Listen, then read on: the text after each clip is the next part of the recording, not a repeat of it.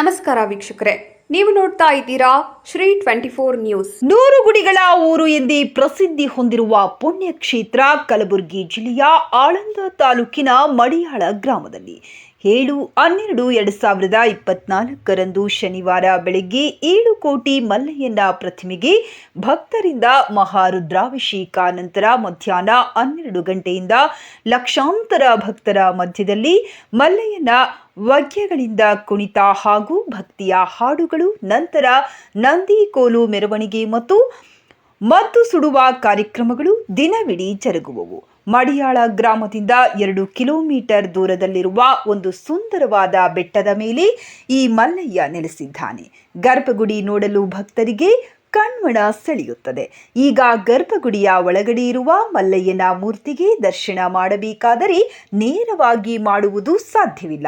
100 ಮೆಟ್ಟಿಲುಗಳನ್ನು ಹತ್ತಿ ಮಹಾದ್ವಾರಕ್ಕೆ ಬರಬೇಕು. ಮಹಾದ್ವಾರದಿಂದ 7 ಬಾಗಿಲುಗಳನ್ನು ದಾಟಿ ಒಳಗಡೆ ಬಂದಾಗ 7 ಕೋಟಿ ಮಲ್ಲಯ್ಯನ ದರ್ಶನ ಮಾಡಲು ಸಾಧ್ಯವಾಗುತ್ತದೆ.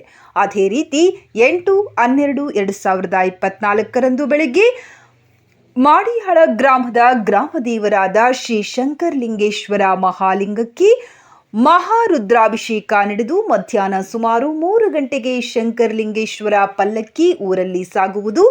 ದೇವಸ್ಥಾನಕ್ಕೆ ಪಲ್ಲಕ್ಕಿ ಬಂದ ತಕ್ಷಣವೇ 16 ಪರಂತರ ನಡುವೆ ಸಾವಿರಾರು ಭಕ್ತರ ನಡುವೆ ಸಾಯಂಕಾಲ 6 ಗಂಟೆಗೆ ಹರ ಹರ ಮಹದೇವ ಜಯ ಜಯ ಶಂಕರ ಎನ್ನುತ್ತಾ ರಥೋತ್ಸವ ಜರುಗುವುದು. ರಂಗಭೂಮಿ ಕಲಾವಿದರನ್ನು ಹೊಂದಿರುವ ಈ ಗ್ರಾಮದಲ್ಲಿ ರಾತ್ರಿ 9 ಗಂಟೆಗೆ ಸಾಮಾಜಿಕ ನಾಟಕ ಜರುಗಲಿದೆ.